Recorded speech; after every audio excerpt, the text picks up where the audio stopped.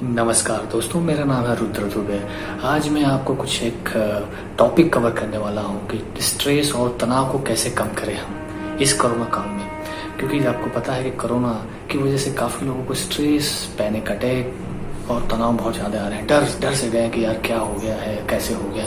तो ज़्यादा से ज़्यादा ये जो चीज़ें हैं कि स्ट्रेस बहुत ज़्यादा हो गया है। तो आज मैं ये टॉपिक आपके सामने रखने जा रहा हूँ कि स्ट्रेस और तनाव को कैसे कम रखें। देखिए, स्वभाव आप देखेंगे, आमतौर से आप देखिएगा कि बहुत सिंपल सा चीज़ है कि टेंशन तो कभी ख़त्म होने वाला नहीं है। जब तक आदमी सांस ले रहा है तब तक ये टेंशन बना रहेगा और इससे हम निजात नहीं पा सकते। इसके लिए क्या अच्छे तरीके हैं, क्या एक उपाय है कि जिस वजह से हम हेल्दी हो सकते हैं, स्वस्थ हो सकते हैं। क्योंकि ये तनाव जो हो, तनाव का आप देखेंगे, तनाव यानी हमारे ऊपर किसी ने भार रख दिया है। यानी आपके ऊपर किसी ने 100 किलो का भार रख लिया है, तो आप कितने दूर चल पाएंगे। आप 1 किलोमीटर तो दूर की बात है, आप यहाँ से 10 मीटर 15 मीटर भी चलने में आप सांस फूलने लगी। इसी तरह से आज की दौर में इतने हमने तनाव ले लिए है, इतने स्ट्रेस ले लिए है कि जिसकी वजह से काफ़ी समस्याएं उत्पन्न हो गई है। तो ये चीज़ों इनको कैसे दूर करेंगे, मैं आपको कुछ सिंपल से टिप्स बताऊंगा। देखिए, खास तौर से जो तनाव जो हम लोगों को होता है, आपने कभी देखा है जंगल के जो प्राणी हैं, शेर, भालू या कुत्ते बिल्ली, आप देख लीजिए आसपास में, कभी बीमार पड़ते हुए देखा उनको? कभी किसी बिल्ली को या किसी कबूतर को आपने कभी देखा है कि किसी को निमोनिया हो गया है? नहीं, कभी नहीं देखा हुआ। कारण ये है क्योंकि वो अपनी प्रकृति के अनुसार रहते हैं, यानी कि अपने शरीर के अनुसार जो उनको खाना है, जो पीना है, उस हिसाब से खाते हैं। आमतौर पे हम लोग जो इंसान हैं, हमारा खान पीन बिगड़ गया है, आहार विहार टोटली बिगड़ गया है। तो जिसकी वजह से क्या हो जा रहा है कि हम बीमारी की तरफ बढ़ते जा रहे हैं। अब किसी भिखारी को आपने देखा है? जो भिखारी रोड पे पड़ा हुआ है, रुकी सुखी खाता है, फिर भी कभी जिंदगी में बीमार नहीं पड़ता। कभी उसको देखा नहीं हुआ कहीं इंजेक्शन लगाने जा रहा है, वैक्सीनेशन लगाने जा रहा है, कुछ करने जा रहा है। लेकिन आम इंसान जो अच्छे अप टू डेट है, सब कुछ उसके पास है, पैसे भी है, सब कुछ है, फिर भी वो बीमार पड़ा हुआ है। तो देखिए, हम जो है सबसे बड़ा कारण कि हम लोग अपनी प्रकृति से दूर हो चुके हैं, जिसकी वजह से हम बीमार पड़ गए हैं। तनाव जो सबसे बड़ा कारण ये है कि हम पहले अपने मन को रिलैक्स रखना सीखें, तनाव रहित। जितना हमारा चित्त शांत होगा, जितना हमारा रिलैक्स, मन को हल्का रखें, जितना हल्का रख सकते हैं। क्योंकि वो चीज़ें जो हो रही है वो आपके हाथ में नहीं है, आपके हाथ में नहीं है। आप क्या कर सकते हो? आप केवल देख सकते हैं। तो आप, इससे बेहतर ये है कि आप उसको समर्पण कर दीजिए कि जो हो रहा है होने दीजिए, आपके हाथ में कुछ नहीं है। ये सबसे बेस्ट रेमेडीज है।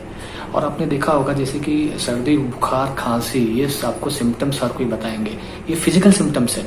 लेकिन अगर हम आपको ये बताएं साइकोलॉजिकल सिम्टम्स क्या है, डर लगना, भय लगना, चिंता, डाउट करना, आशंका, ये सब क्या है? ये कहीं ना कहीं मानसिक रोग ही है, जो कि हमको दिखते नहीं। लेकिन ये जो रोग हैं, ये कहीं उससे ज्यादा खतरनाक है।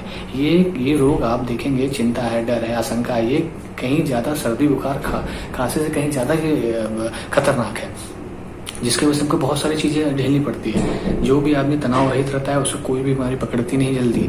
तो इसलिए अपने मन को हल्का रखे, चित्त को शांत रखे, हल्का रिलैक्स रहिए, जो होना है होने दीजिए। ये मेरा सबसे बड़ा पॉइंट है। दूसरा पॉइंट है कि अभी वैक्सीनेशन पे काफ़ी डिबेट चल रहा है, वैक्सीनेशन करना चाहिए नहीं करना चाहिए। देखिए, वैक्सीनेशन करना बहुत जरूरी है।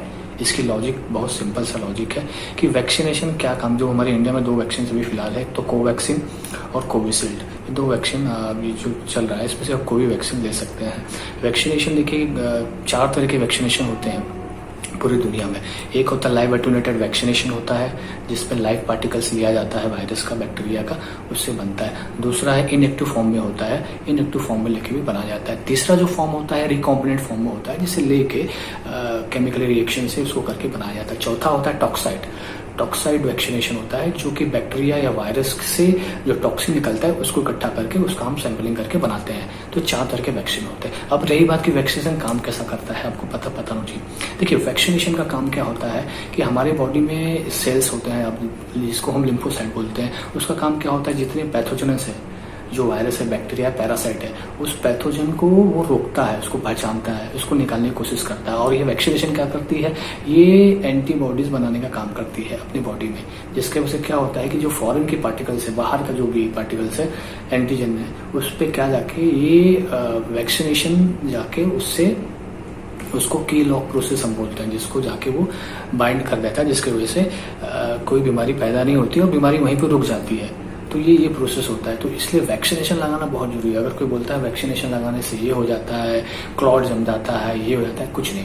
अगर आप कोविशील्ड की बात करेंगे, हार्डली 5 to 10% लोगों को हुआ, वो भी यहाँ पे नहीं हुआ, वो हुआ यूरोपियन कंट्री में हुआ है। तो वो हो सकता है कि उस बैच में कुछ प्रॉब्लम हुआ होगा जिसकी वजह से हुआ होगा। बट अगर आपको कोरोना से बचना है तो वैक्सीनेशन इज वेरी इंपॉर्टेंट, कि आप हर कोई जाके वैक्सीनेशन लगाए, ये इंपॉर्टेंट है। तीसरा चीज़ मैं आपको बताना चाह रहा हूँ, जो आपको मैं बहुत सी वीडियोस मेरी आप पहले की वीडियोस देखे होंगे, आप उसमें आपको बताया हूँ कि आपको कोरोना से बचना है तो 3 सिंपल फार्मूला जो आपको बताया उसे यूज़ करना है। जैसे कि नाक में तेल यूज़ कीजिए, कोई भी यूज़ कर लीजिए, गार्गल कीजिए, क्योंकि 2 तरीके से ही कोरोना फैलता है, नाक के जरिए, मुख के जरिए। अगर इसको आप फिट कर देंगे तो आपका प्रोटेक्शन लेयर वहाँ पे 50% बन जाता है। बाकी कुछ मेडिसिन के बारे में जो आपको बताया हूँ मेरे वीडियोज़ में जाके आप देखेंगे तो पूरी मेडिसिन की लिस्ट दिया हूँ, कौन सी आयुर्वेदिक लेनी, कौन सी होम्योपैथिक लेनी, जिससे आप बच सकते हैं। फिर भी अपने घर पे 2-3 मेडिसिन रख सकते हैं, जैसे कि आमतौर से अभी देखा गया है, थोड़ा सा वीडियो बढ़ेगा लेकिन आपको मैं बहुत अच्छी जानकारी दे रहा हूँ। जैसे आज हम लोग रेमडेसिविर के पीछे भाग रहे हैं या टोसिलिजुमैब के बारे में भाग रहे हैं, जिसका एविडेंस ये देखा गया कि ये दोनों मेडिसिन का कोई इतना ज़्यादा एविडेंस नहीं मिला है, फिर भी हम इसके पीछे भाग रहे हैं। कोई 40,000 में ले रहा है, कोई 4,000 रुपये ले रहा है। तो ये देखिए, जो 2 चीज़ें सबसे इंपॉर्टेंट जो मेडिसिन है जिसका असर दिख रहा है वो है, सबसे पहले है स्टेरॉइड, कोर्टिकोस्टेरॉइड वगैरह है, और दूसरी दवा है